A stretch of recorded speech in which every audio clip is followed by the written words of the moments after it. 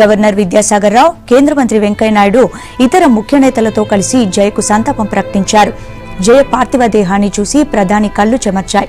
అక్కడే ఉన్న సీఎం పన్నీర్ సెల్వంను దగ్గరకు తీసుకుని ఓదార్చారు. కన్నీటి పర్యంతమైన సెల్వానికి ధైర్యం చెప్పారు.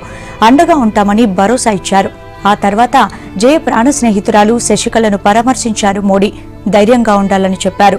ప్రధాని నివాళులర్పిస్తున్న సమయంలో అన్నా డీఎంకే కార్యకర్తలు, అభిమానులు పెద్ద ఎత్తున నినాదాలు చేశారు.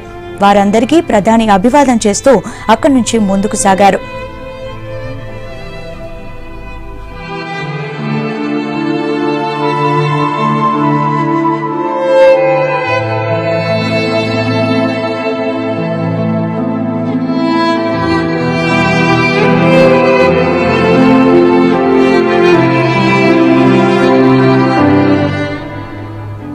మోడీ వాహనం ఎక్కే వరకు పక్కనే వెళ్లిన సెల్వంతో ప్రత్యేకంగా మాట్లాడారు మోడీ.